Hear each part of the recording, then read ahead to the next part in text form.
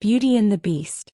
Once upon a time in a faraway land, there was a wealthy and prosperous merchant who had 3 beautiful daughters.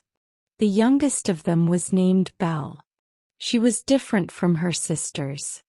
While her sisters were fond of luxury, fashion, and society, Belle had a gentle and kind heart.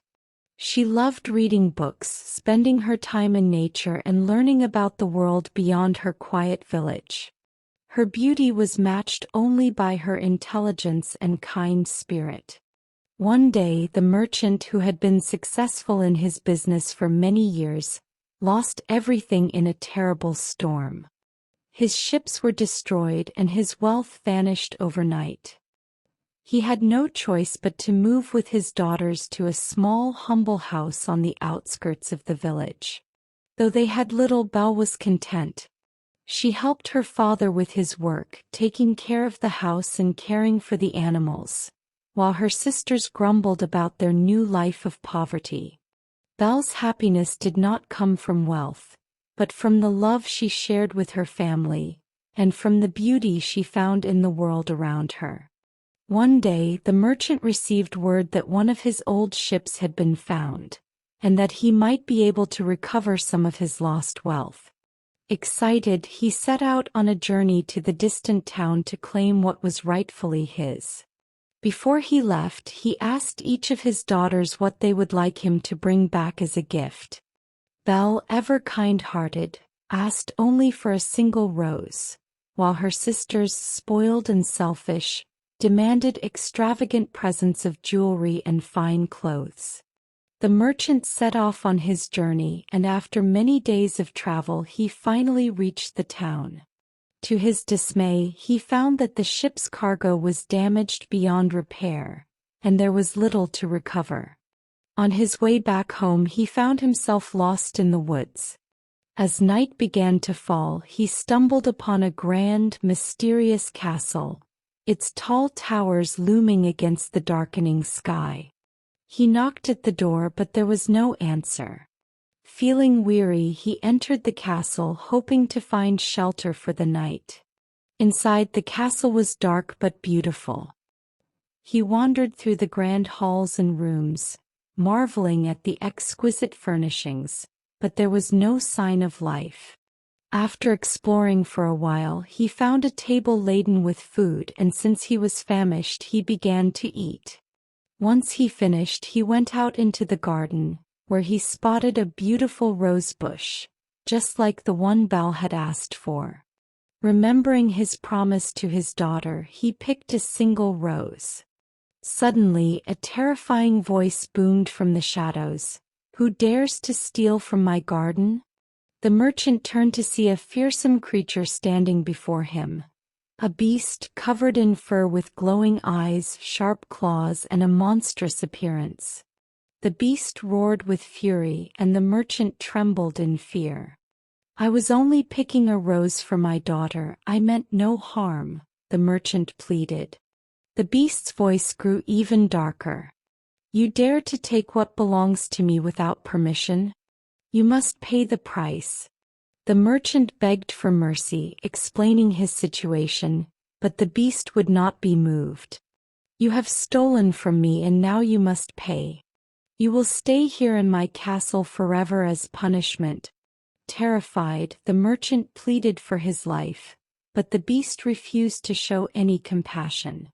However, seeing the merchant's distress, the beast made a deal. "I will spare your life, but you must return to your home and bring me one of your daughters in exchange. If one of them willingly comes, I will let you go. If not, you will remain here forever." The merchant, broken-hearted, returned to his village and told his daughters about the terrible bargain he had made. Belle, who had always been selfless and kind, immediately offered to take her father's place. She could not bear the thought of him being imprisoned in the beast's castle. "I will go," she said firmly, despite the fear in her heart. "It is only right. Father, you must not worry about me." Reluctantly, her father agreed, and Belle made her way to the castle. The beast greeted her grimly at the gates and she was led inside. The castle, despite its eerie atmosphere, was full of wonders. There were rooms filled with treasures, beautiful gardens, and strange magic that seemed to linger in every corner. The beast, though terrifying in appearance, did not harm her. He gave her everything she needed and allowed her to live in the castle, but he demanded that she obey his rules. He also visited her every evening to dine with her. At first, Belle was frightened and repelled by his monstrous form, but over time she began to see beyond the beast's appearance. She discovered that he was not truly evil, but rather a creature who had been cursed by an enchantress long ago.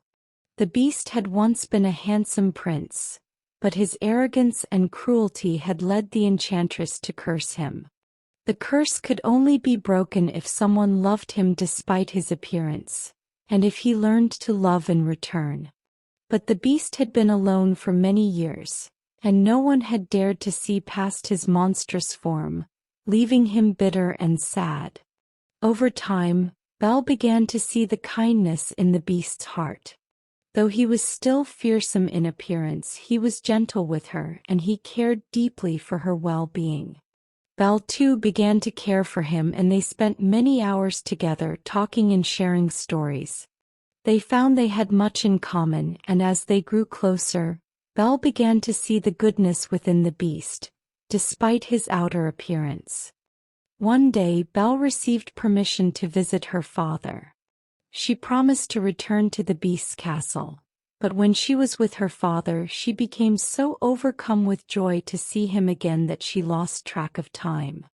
Days passed and she did not return to the castle. When she finally remembered the beast, she was filled with dread, knowing that he would be hurt and angry. When Belle returned to the castle, she found the beast lying in the garden, gravely ill from heartbreak. He had been waiting for her, unable to eat or sleep, consumed by sorrow. Belle rushed to his side and confessed her love for him, telling him how much he meant to her.